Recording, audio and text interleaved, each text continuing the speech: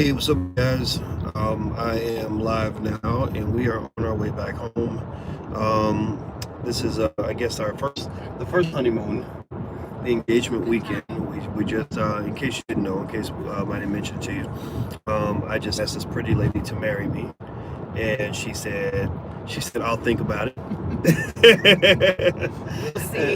We'll see. We'll see. Depends on whether the checks are rolling in. I'm playing. Oh, She is don't do not. She that. is not like that. She is not no gold digger. Just so y'all know, like ladies, if you meet a man that's actually got a little money, the way to get access to it is you gotta act like you don't care about money. But I don't think she's pretending. She's a professor. She's got her own career. She's doing the damn thing. She drove a luxury car before we started dating each other. So this ain't no come up for nobody. So I'll make that 100% abundantly clear. And Nicole said she's beautiful, and so are you. Oh, thank you, Nicole. I appreciate those very kind words.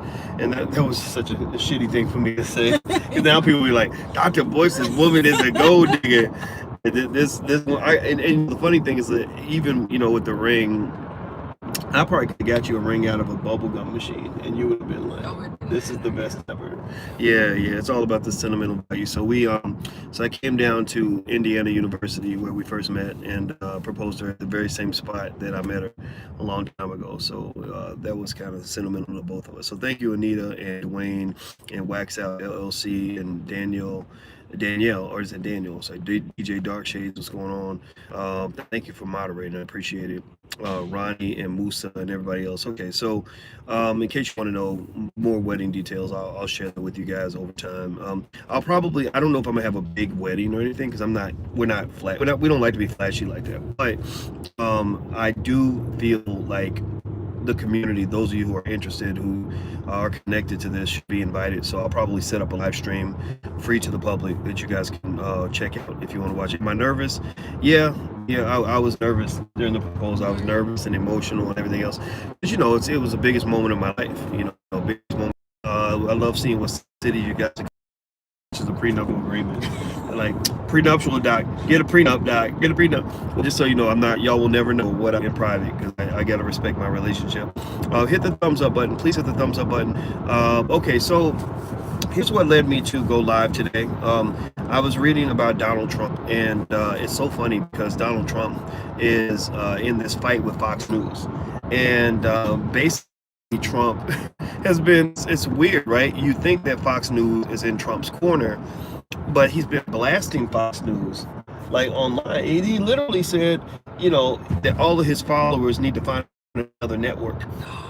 Yeah, like, and they're like, and people are like, where are they gonna go? Like, where if they're not on Fox News, where are they gonna go? And so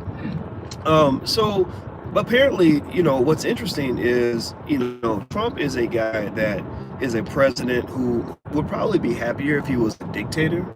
Like he's got that real, and they were comparing his behavior to the way state-run media operates and how they expect the media outlets to be loyal.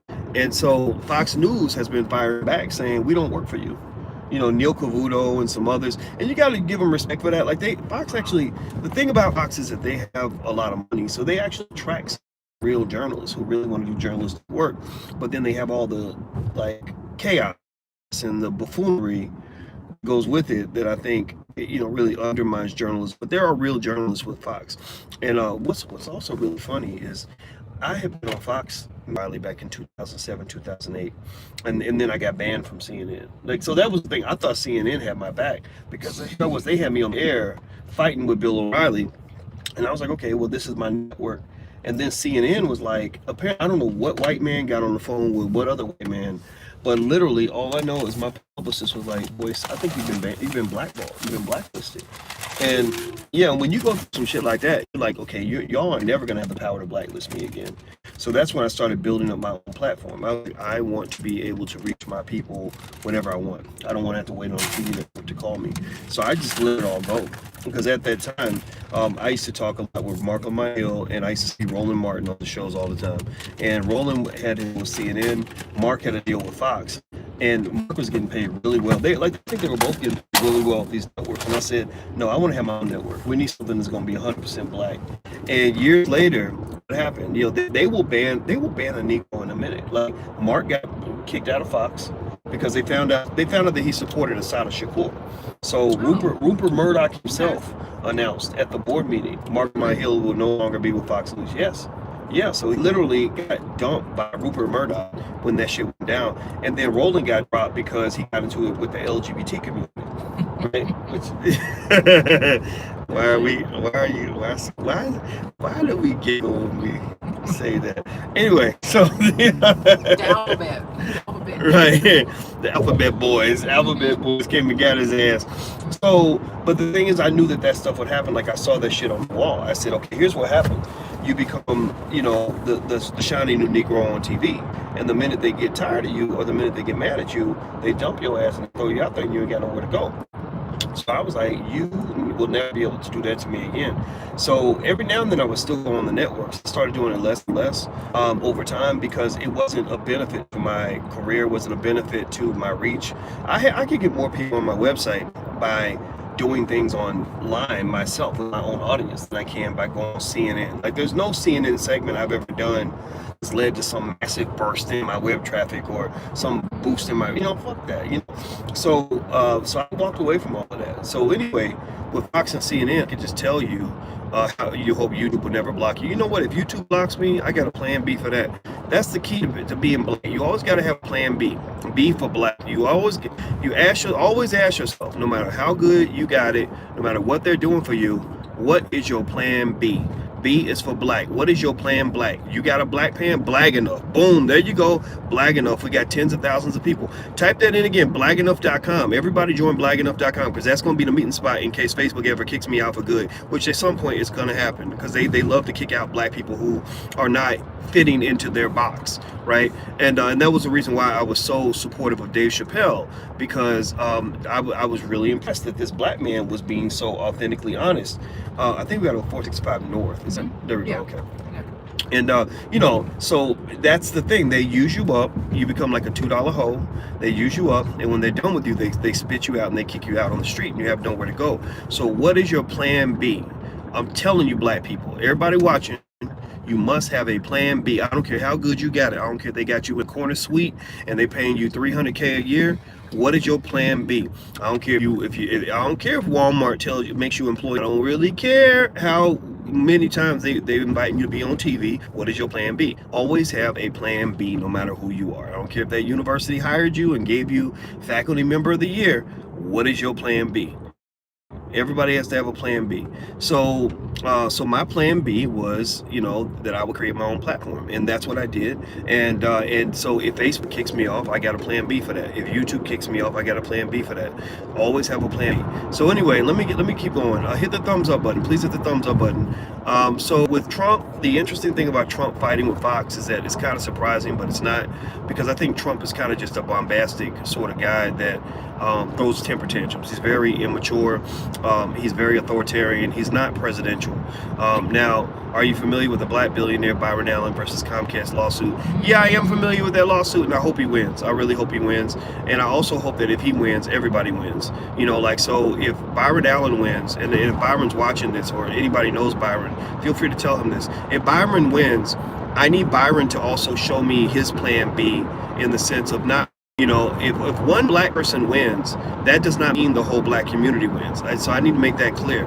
One black person winning is not all of us winning. That's one person winning. So if Byron wins that lawsuit, and I hope Byron becomes a quadruple billionaire. I hope Byron has so much money that literally he wakes up in the morning and there's like dollar bills coming out his ass crack for no reason. Like, I really hope Byron makes all the money, like more money than Jesus. But I need to know, how does that translate into tens of thousands or millions of black people benefiting from your success? If you can show me that, then that's really good. So, for example, I don't know, a guy like a Byron Allen, maybe I don't know. I'm not even throwing myself out there on this because I don't really need support to do what I do. But it would be nice to have a partner who believes in what we do here and who says, hey, Dr. Boyce, I have access to 100 million households. I would like for you to do a financial show, and we can teach financial literacy to 100 million people. I could do that. I would do that. Like, I would be happy to do that, and I'd be very reasonable and fair in the negotiations, and we'd make sure everybody wins, right? But the thing about it is that, we need to stop thinking that one person winning means everybody won. When one person, that's why your community remains in shambles, why you have so many wealthy black celebrities. How can you have so many so-called successful black people when the whole community is not successful? Malcolm X used to say, no matter how good you treat me, if my people are still suffering, then you're not treating me well at all. I can't be your friend. So, when you look at, the black community, and you have celebrities that you put on a platform or you put on a pedestal, and then you have HBCUs that can't even pay the bills, I think that's kind of a strange thing, so you see, like, for example, Beyonce goes and says, I'm giving $400,000 to HBCUs. Well, that feels like a lot of money to a lot of us, but for somebody like her, that's not really a lot of money, right? For a billionaire, that's not a lot of money. Bill Cosby gave $20 million to HBCUs back in the 1980s, which would be $40 million today. So literally, Bill Cosby gave 100 times more. Talk shit all day about Cosby if you want to. Talk about him all day if you want to. But that man gave more money, him and his wife Camille, God bless her, because that poor lady has been through a lot. Camille and Bill gave more money. They gave 100 times more money to HBCUs than Beyonce and Jay-Z, even though their income was less than Beyonce and Jay-Z's income today. So my question is, are we really making an impact? Now, somebody says, who owns HBCUs? That is another conversation to be had. I personally think that we need to still support the HBCUs, but build our own chain of schools and universities. Like, if I had the money I wanted to have, like when I become a billionaire, maybe we'll figure out how to make that happen. I will translate that into community success by opening up schools all across the United States. And the thing about these schools is they will be revolutionary, radical, and different because they will be designed with scientific research based solely on one specific objective. The objective would be, how do we put the black community ahead of everybody else? How do we end inequality? And if we have inequality, it'll be why black people are doing so much better than everyone else, right? So that would mean sort of analyzing where we are culturally, figuring out what we need to do academically, what we need to do economically.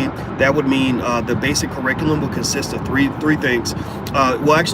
These key areas. 1, lots and lots of reading so you can consume lots of information. 2, tons of writing for the children so they can communicate their ideas in an effective way. 3, consistent drilling on mathematics, where black boys and black girls are being drilled more on mathematics, as much on mathematics as we get drilled on football and basketball. 4 would be an understanding of entrepreneurship, how to start your own business so you never depend on anybody for a job. 5 would be stock market investing. They would all be stock market investors by the age of 7. 6 would be real estate investing. They would all really sit around and figure out ways to buy the block and engage in what I call black gentrification. That's where black people just own everything. Every penny we get, every nickel we get, every dollar we get in our pocket, we're thinking, how do we use this to own something? How do we use this to increase black power? Next would be black history. So they learn everything there is to know about ancient Egypt and Kush and Kemet and all these other things before they ever learn anything about George Washington or Abraham. Okay, am I back? Can you hear the words that are coming out of my mouth? So yeah, I think it's good, Nicole, that you took notes, because that is a curriculum I thought about. That's what I would do for my own children. And if your children are drilled and skilled in those 7 key areas, they cannot fail. They cannot fail. So the solutions are not complicated. It will be a very basic idea. And so when I come to you guys one day I'm going to try to put this together, right? I'm making some little moves, meeting some people that I think have the capacity to help us get this done. I just got to get them on board. So once I get them on board, I'm going to try to get you on board. So when I come to you and I say, okay, now's the time, we're squeezing the trigger, we're going to raise money for this, I would like to make a deal with you guys to get you incentivized to be a part of this. It might be some reward I can give you in exchange for you financially participating in the project, but we're going to make this happen. And so when it occurs, like I just wanted to tell you so that you're prepared for when I bring this up. So anyway, let's keep going. Let's keep talking about this thing with Fox and Trump. Here's the other interesting thing about Fox and Trump. The media, it's really strange how the media changed. Back in the day, they used to have fair and balanced media all the way across the board. They used to have media where, you know, if you were liberal, you got a certain amount of time. Conservatives got the same amount of time. The facts were important. People talked about facts and not just opinions. And then that all changed, I think, in 1996.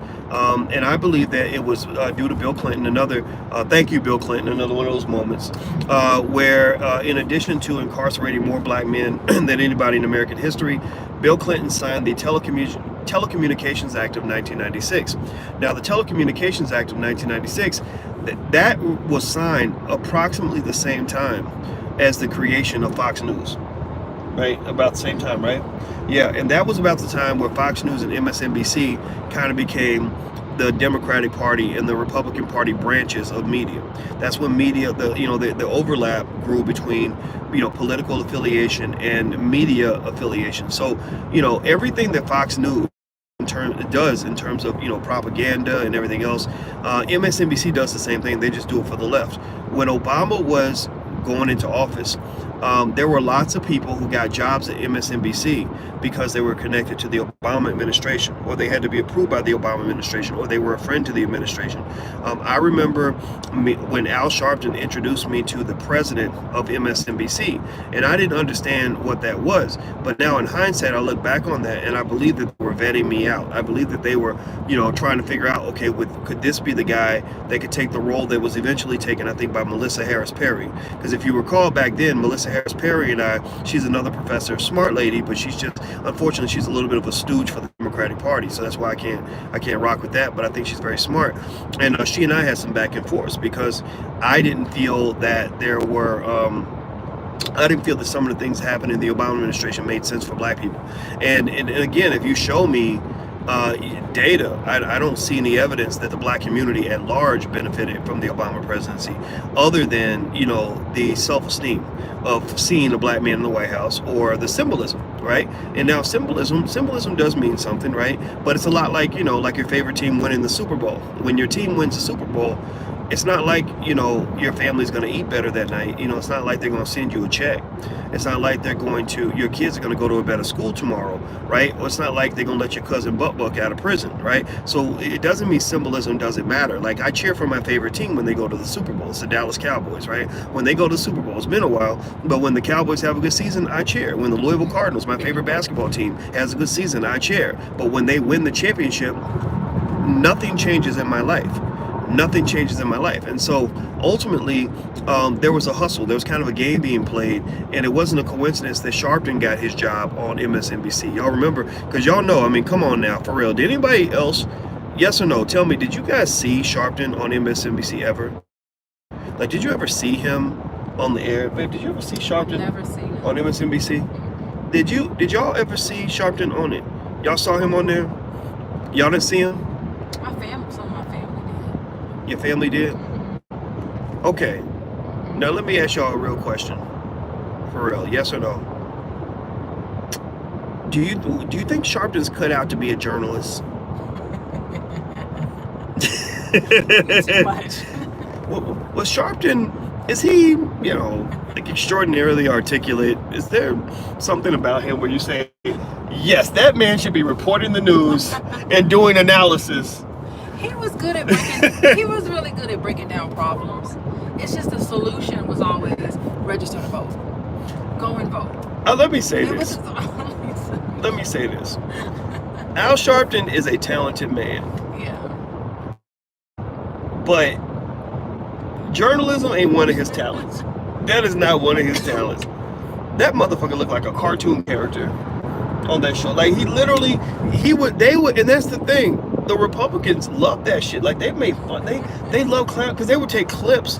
They would take little clips of Sharpton where he would be mispronouncing people's names, misspelling shit. And I felt sorry for him. I felt really bad. I was like, damn, like, because he's not a stupid man. He's a very smart man. I've sat next to him for hours at a time, and he's very intelligent. One of the smartest people I ever met. But you would not know it from hearing that motherfucker talk. Like, you would not know it from here. So you would be like, why would these white people pick literally the least articulate? Like, he's so inarticulate, he should be in that rap group, the Migos. You know, like the Mumble Migos. rappers. The Migos, like, get the heck. Cooking it up with a Uzi. Bad and bougie. Cooking it up with a Uzi. Mama. Yeah. Anyway, yeah, so but that was part of the game. Like that was part of the strategy, right? So here's the thing. The liberals have a legit point that Fox News is certainly biased, you know, in favor of Republicans and conservatives, in favor of Trump. No question about that. But the Republicans can say the same thing about the liberals. You know, the hustle, you know, the hustle was real on both sides. The propaganda. The conservatives run around talking about media having liberal bias. There was actually a study done. Let me see, I found an article that refers to this. There was a study done. Researchers at Arizona State and Texas A&M University questioned 462 financial journalists around the country. So this is financial journalists. Financial people tend to be on the conservative side. Actually, I got my PhD in finance, and most of the individuals that I went to class with were conservative. Like, it was very difficult, but that's what they were. What they found was that even hard-nosed financial reporters were overwhelmingly liberal. Of the 462 people surveyed, 17% called themselves very liberal, while 41% described themselves as somewhat liberal. Now, along with that, another 37% claimed to be moderate. In contrast, a mere 0.46%, half of 1% of financial journalists called themselves very conservative, while just 3.94% said they were somewhat conservative. So only 4.4% of the journalists said they were either conservative or very conservative. Everybody else was either extremely very liberal, or moderate. So they said that's an enormous problem for the media, perhaps bigger than they realize. A Rasmussen Report survey in late October found that 45% of all likely voters in the midterm elections believe that, quote, when most reporters write about a congressional race, they are trying to help the Democratic candidate. So media bias is kind of a real thing. I don't know what to do about it. I'm not here to try to fix that. I'm only here to describe that landscape and analyze that for you so you can maybe see a perspective on it. I will also say that, you know, when people ask me, you know, are you liberal or conservative? I say, no, I'm not liberal, I'm not conservative, I'm black, right?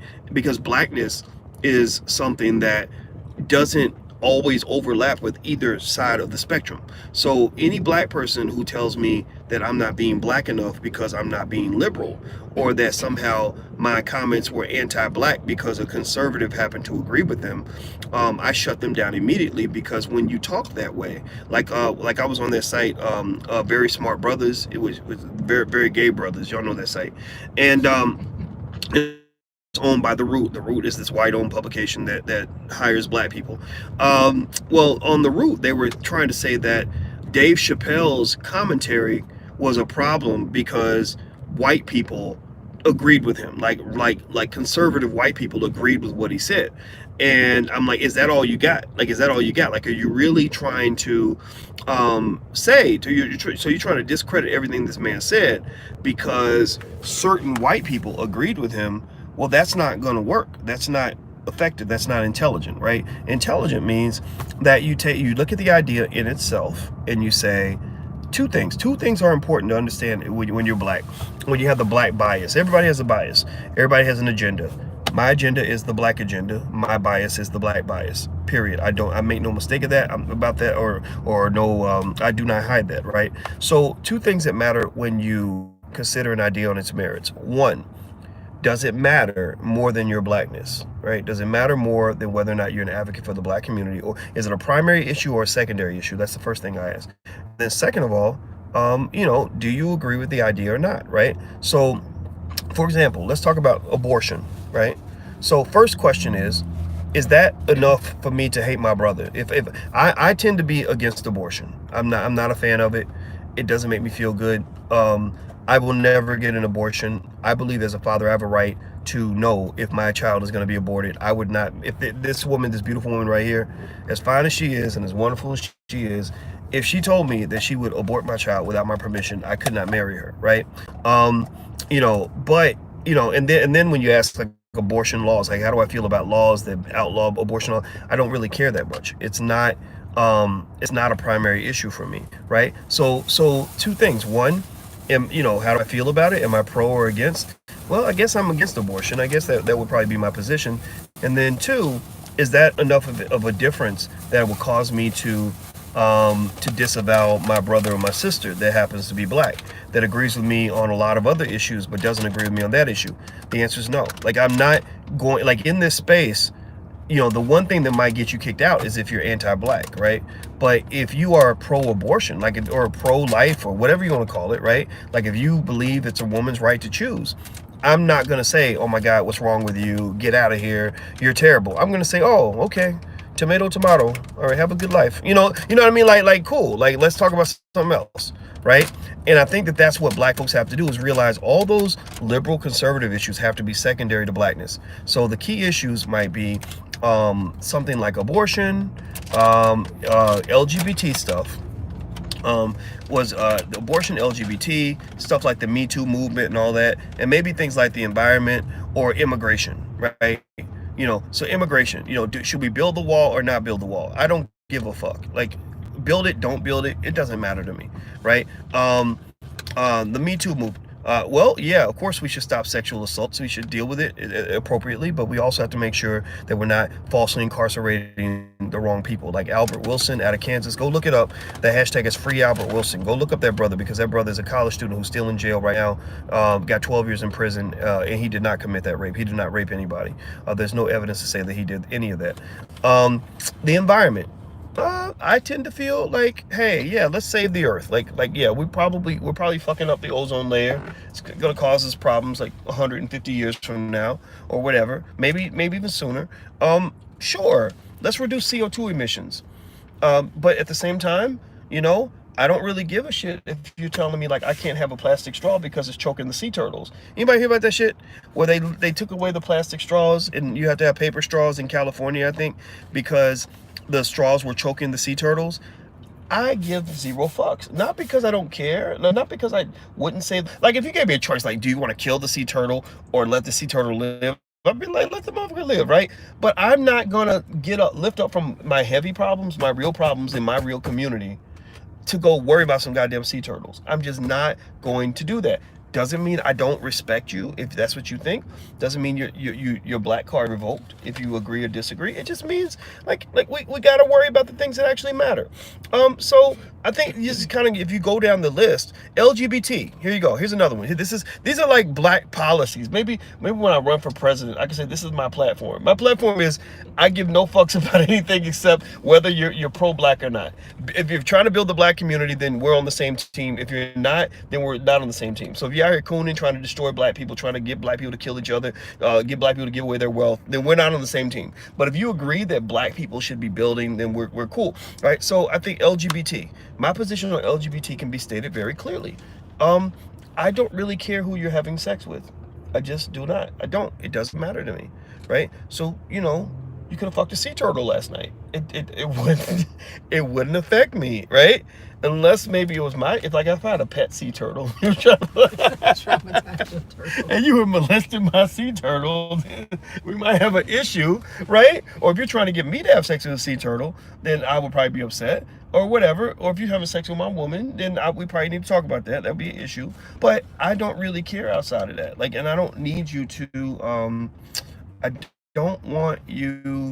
don't need you to market to me what your sexuality is. I don't market my sexuality to you. You don't have to market it to me.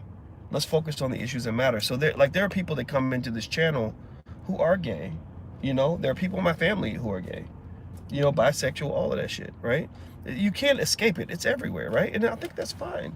But I don't treat them badly because of their sexuality. I don't care.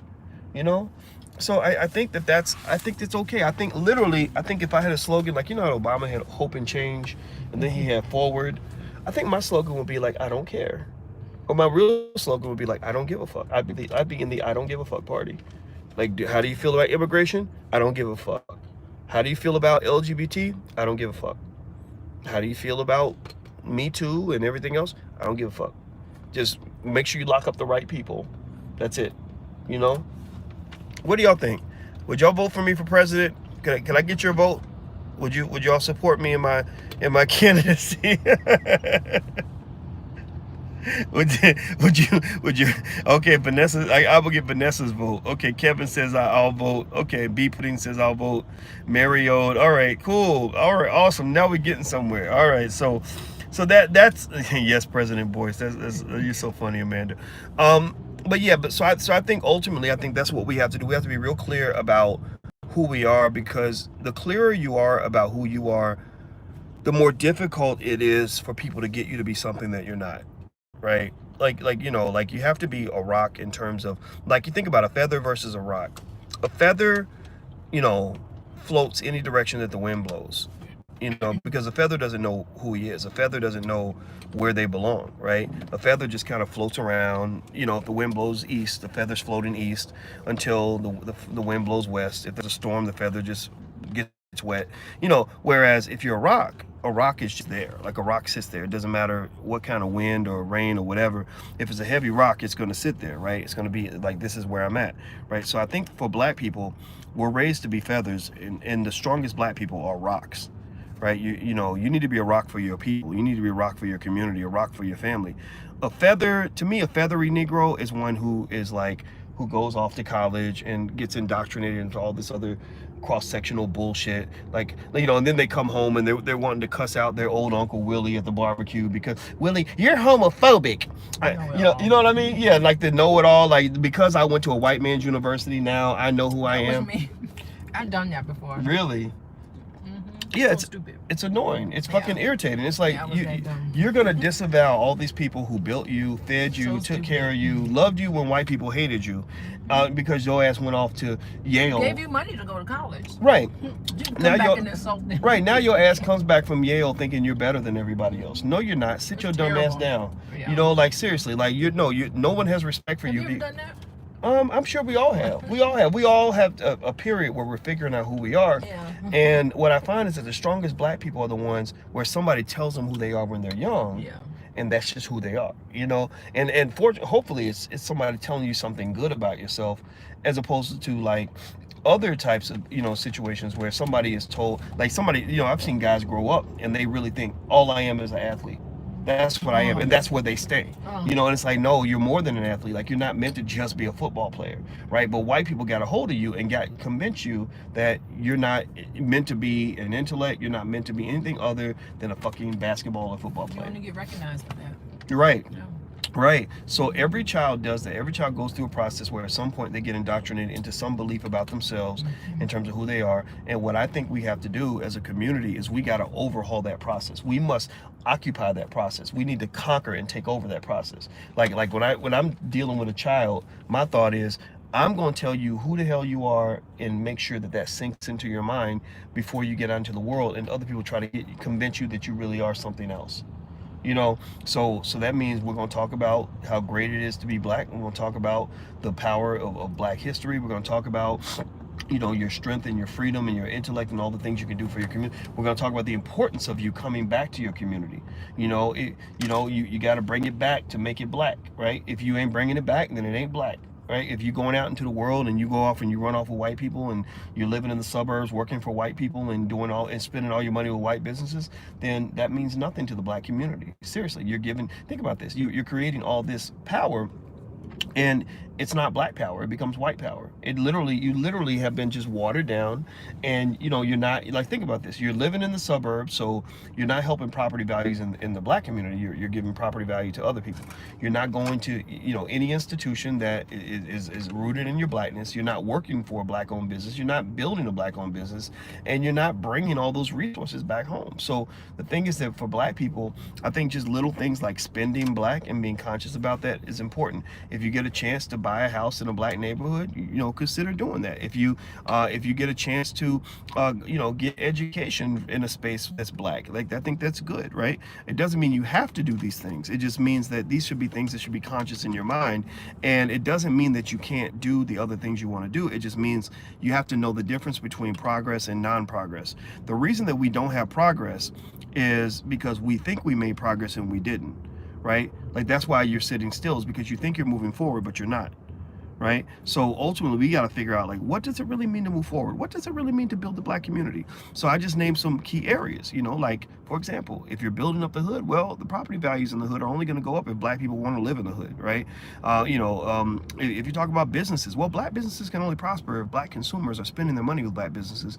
Okay, you talk about jobs. Well, Black businesses are only going to grow, and Black opportunity will only grow if Black people build businesses and then support those businesses, so those businesses can grow in the community, and they can hire Black people, right?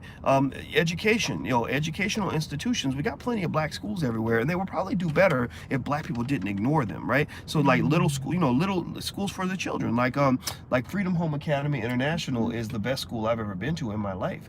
Freedom Home Academy International is in Chicago. That founder of that school, Marcus Klein, that's his name. If you know him, tell him I shouted him out because I want him to know how much I respect him. Marcus Klein should be a billionaire. Marcus Klein should have revenues every year of $50 million, $100 million. Marcus Klein should have so much money coming into that school that he can build schools all over the United States, all over the world. He should not be scrapping. We gave them $5,000, and they were using the $5,000 to get a new building. And my $5,000 shouldn't have been shit to him. My $5,000 should have been like, oh, that's nice. Well, thank you, Dr. That's a nice symbolic donation. We have 10 billionaires on the line that just gave us 20 million apiece, right? Like that's the heavy lifting that's required to build a community. We need to be built like that. Like if you look at the way white people built up their communities, or Jewish people build their communities, they make mega donations to their shit. They go hard in the paint with that. They got the Giving Pledge, where all these billionaire white people, and Oprah's in there too, I think, because she wants to be where white people are. But I don't know if I think Oprah joined. I don't think Jay-Z joined. But the Giving Pledge. Anybody heard of the Giving Pledge? Has anybody heard of the Giving Pledge? Where literally these billionaires have agreed to give. Is it like 99% of their wealth? What? Yeah, like they're giving away like 99% of their wealth. It's some shit like it's some insane percentage. Yeah, where they're to what? To like foundations and shit, charities. Well, then we need to seek these people out. I know, right? Find these people. Get that money. Yeah. I can't remember what it is. Maybe I'm wrong, but it's an insane amount of money that they're giving. And I'm not saying everybody needs to just give everything away, but I'm saying that like, if you want something built in your community, you have to really, really, really, really, really be committed to building, right? Really committed to sacrificing, so what I do, where's Dr. Alicia? She's right there. So, like every day when I'm getting up and I'm doing stuff in the Black Business School, I like to just invest till it hurts. Like I love, it's like, okay, we got 20 grand. I'm gonna put 18,000 into this project. I do. And it's a great feeling because I know how many lives I can change. I know how many people I can help and how much stuff we can do, right? And I just kind of go on faith at that point. I'm like, well, that's what it takes. Like, that's the heavy lifting necessary. When the Mormons built up Salt Lake City, they had to do heavy lifting. So the question we must ask ourselves at the end of the day is, are we willing to do heavy lifting to build the institutions that we care about? If you went to an HBCU and you love the HBCU, are you tithing to your HBCU? The same way you tithe to your church, I think you should tithe to your community too. I think that's really important. When you have 10,000, you give away 90%, and you only have 1,000 left. Yeah, I've done that many times. I mean, in terms of if you talk about just like investing, like when I was trying to build stuff with the Black Business School and all that, it wasn't easy. I mean, in fact, to this day, it's not easy funding all this stuff. I mean, it really costs us a lot of money to do these things, and so. Yeah, so it's I don't know how it's going to work out. I don't know what we can accomplish and can't accomplish. I just know that if you look back, I study history a lot, right? And if you look back at people that have created things that became great, like multi-billion-dollar companies, I bet if you went back in time, most of those people had no clue that what they were investing in was going to be what it is. Like for example, we just went to just one tiny example. We just went to Indiana University. That's where we met. That's where I proposed to Alicia. Indiana University is worth, I don't know what, 50 billion, billions of dollars, right? It's worth billions of dollars. So, hello from Vietnam. That's cool. She's in Vietnam. So Indiana University is worth $50 billion now, or whatever they're worth right now, right? Well, we were reading the history of the school, and the school started literally with 10 students. Like they had 10 students. 10 men. 10 men, right? And I bet you that there's no way with those 10 men, they could imagine that they'd have what they have now. 200 years ago. Yeah, 200 years ago with 10 men, they had no, so what I realized then from just stories like that is that, we don't know anything. Like, you know nothing about the seed you plant. You have no idea how big it's going to be. You just got to plant the damn seed and water that motherfucker as well as you can, and just do all you can while you're here, because you just have no idea what it's going to grow into, right? So every day when you guys see me doing what I do, I'm kind of just watering seeds, right? Like, my hope is like, well, maybe something that we do now in this generation will really take off and will last for 200, 300, 400 years. And 400 years from now, people will be saying that's where it all began. So given that we're living in the past, given that this is the beginning of certain things that we're starting now, it's like I want to be on my best behavior. I don't want to be a person who was sitting on something that was going to be amazing and missed it and came up short because I couldn't see the vision. Right? So I believe in a lot of visions, whether I can see them or I can't see them. So if I can see the vision, that's better, that's great, and that gives you something to look at and work toward. But if I can't see the vision, I still work toward the vision, because I assume that there's something there that I just cannot see. So there's the unknowns, and then there's the unknown unknowns. And I believe deeply in investing in the unknown unknowns, and that's what you should do with your own family. You don't know, like how much they remember you is going to be determined by you. Like, the impact that you have on them is going to be determined by you. You buying that little piece of property that you barely could afford, or starting that business that you really didn't have time to do, or just making those investments that you really didn't think to make before. Like, those little things you do are going to be so huge for your children, grandchildren, and great-grandchildren. I'm just telling you, you got to believe in the power of now. The power of now is so extraordinary. It's something that is greater than anything that you can fathom. So you are the big bang for your family. So I want you to go be the big bang. I don't give a fuck how broke you are. I don't care how hard your life is. I don't care if your boyfriend just broke up with you. I don't care if you ain't got no shoes. I don't care if you can barely read. I don't care if you just got fired from your job. I don't care if you're stressed out and you're worried. I don't care if you don't know what you're doing. I don't care who you are, where you are, what you're doing right now. I want you to go be the big bang for your family, and I want you to go out and shut it down. Stop overthinking it. Stop thinking that you know what the future holds, and I want you to go plant some seeds. So right now, I want you to say it to me now in the chat. I will go put y'all to commit to me right now that in your life, you will get up and you will go today or tomorrow or whatever, and you will go plant some seeds. So tell me right now, I will go plant some seeds. I need to get some confirmation from you guys, because we're not just here to talk. We're not just here to hang out and have something cool happening on the internet. I need you to go plant some seeds. I will go plant some seeds. I will go plant some seeds. Because if you just plant the seeds, then you have no idea what kind of harvest God has in store for you. So go plant some goddamn seeds right now, and I guarantee you, you're going to see some things happen that you never ever could have predicted or manifested in your own mind. Good.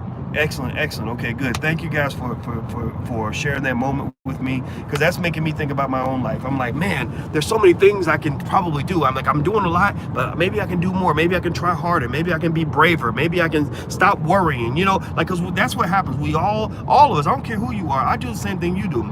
Where you're like, God, I don't know if we can do this. I don't know if we have enough money, or I don't know if this is going to work, or I don't know if I really have the expertise, or I don't know if I'm the right person. And it's just kind of like, man, when you say like, why me? It's like, well, why not you? Why not you? Why can't you be the person who does it? So that's it. So I'm going to do the same thing too. I'm going to plant some seeds.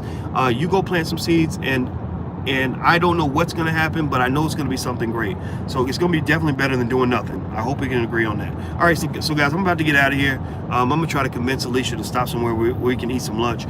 Don't forget, the All Black National Convention happens next month in September. Actually, this month. So the weekend of September 27th in Houston. You can go to All Black National Convention to get your passes. allblacknationalconvention.com. That's allblacknationalconvention.com. If you want to stay in the hotel at a discounted rate, go ahead and make your hotel reservation now, because I think the discount rate is going to end in about 5 days or something like that. Also, I'll be in New York next month, October 24th, that weekend. So you can go to drboycenewyork.com to learn about more. That's drboycenewyork.com. So I'm out of here, guys. Thanks for hanging out with me, and thank you again for your congratulations. I promise you, I will cherish the black woman the way she should be cherished. And the reason I talk about these things publicly is because I think that it's a damn shame that we put the black woman at the bottom of the pedestal pedestal when she deserves to be at the top. She owns the top. She's the original. She's the greatest. She is, she is the goddess that gave us life. So that's how I feel about the black woman, and that's why I talk about this black woman in public, because I think we all need to talk about the black women we love in public, whether it's your woman, your mama, your grandma, your sister, your daughter, whatever. Like, somebody go out and elevate a black woman today and make her feel good about her life. I think that's a good contribution to humanity. So I'll see you guys soon. Take care. Hit the thumbs up button. Love you.